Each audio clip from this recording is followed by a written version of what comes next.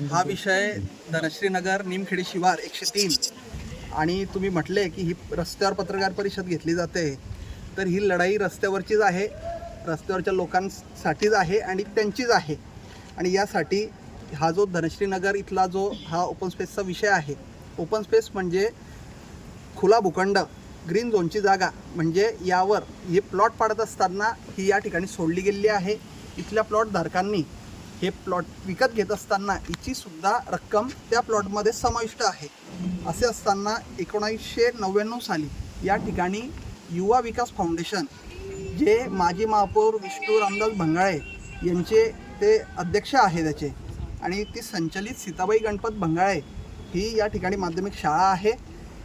त्या शाळेच्या क्रीडांगणासाठी ही जागा 1999 साली मनपामार्फत ठराव करून घेण्यात आली आणि जे की ही जागा सार्वजनिक असताना तिचा वापर हा सर्वांसाठी खुला असलेला पाहिजे असताना ती बंदिस्त आहे. या ठिकाणच्या नागरिकांना त्या ठिकाणी प्रवेश दिला जात नाही आणि वेळोवेळी त्या ठिकाणी आपण म्हटलेलं आहे की नामदार उच्च न्यायालय तसेच महाराष्ट्र शासन नगरविकास विभाग मुंबई मंत्रालय यांचं परिपत्रक असताना की स्थानिक नागरिकांचाच कुठलाही ओपन स्पेस असो, ग्रीन झोन असो, खुला भूखंड असो, याच्यावर तिथल्या स्थानिक प्लॉटधारक नागरिक रहिवासी यांचा प्रथम अधिकार आहे असं वेळोवेळी नमूद केलेलं असताना या ठिकाणी या कायद्यांची पायमल्ली झालेली आहे. याबाबत आपण जळगाव शहर महानगरपालिकेचे नवनियुक्त आयुक्त असतील, महापौर असतील, तसेच विभागीय आयुक्त श्री गेडाम साहेब यांच्याकडे लेखी स्वरूपाची तक्रार केलेली आहे आणि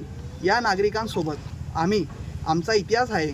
जळगाव शहरातील विविध खुले भूखंड असतील, अनेक जागा असतील, यासाठी माझ्या वडिलांनी वेळोवेळी लढा दिलेला आहे आणि म्हणूनच मी देखील यांच्या मदतीसाठी या ठिकाणी उभा आहे आणि प्रशासन दरबारी आता यांची बाजू घेऊन लढणार आहे.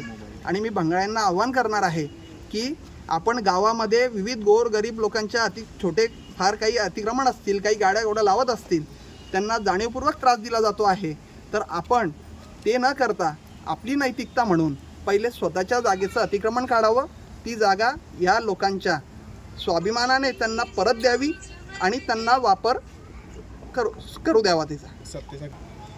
विष्णू भंगाळ्यांची पार्श्वभूमी बघितली तर आतापर्यंत जिकडे सत्ता तिकडे भंगाळे गेलेले हा इतिहास राहिलेला आहे, हे काही नवीन नाही. आणि ते याच्यासाठीच त्यांना सत्तेत जावं लागतं. त्यांनी इतक्या जागा बळकवल्या आहे, इतके त्यांचे अतिक्रमणं आहे. याचे त्याचे अतिक्रमण काढणाऱ्यांनी आधी स्वतःच्या हॉटेलचे बेसमेंटमध्ये पार्किंगच आहे की त्या पार्किंगच्या जागी काही कमर्शियल हॉल केलेले आहे आणि ते भाड्याने दिले जातात का कॉन्फरन्ससाठी, याचं आत्मचिंतन करावं.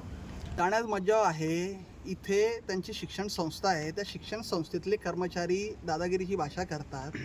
हे बंगाळ्यांसाठी अशोभनीय आहे ना. जे बंगाळे या जळगाव शहर महानगरपालिकेचे प्रथम नागरिक राहून चुकलेले आहे, त्यांना असं वागणं शोभत नाही.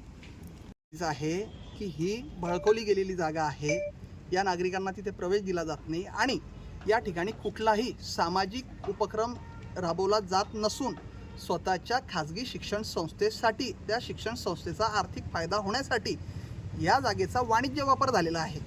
मग आता जवळपास 26 वर्ष या जागेला देऊन झाले, तर या 26 वर्षांचं दामदुप्पट व्याज आणि दंड याची आम्ही मागणी केलेली आहे. मागे सत्ताकारण आहे ना. मी पुन्हा सांगेल की बंगाळे जिकडे सत्ता असते तिकडे जातात आणि याच्यासाठीच त्यांना जावं लागत असेल.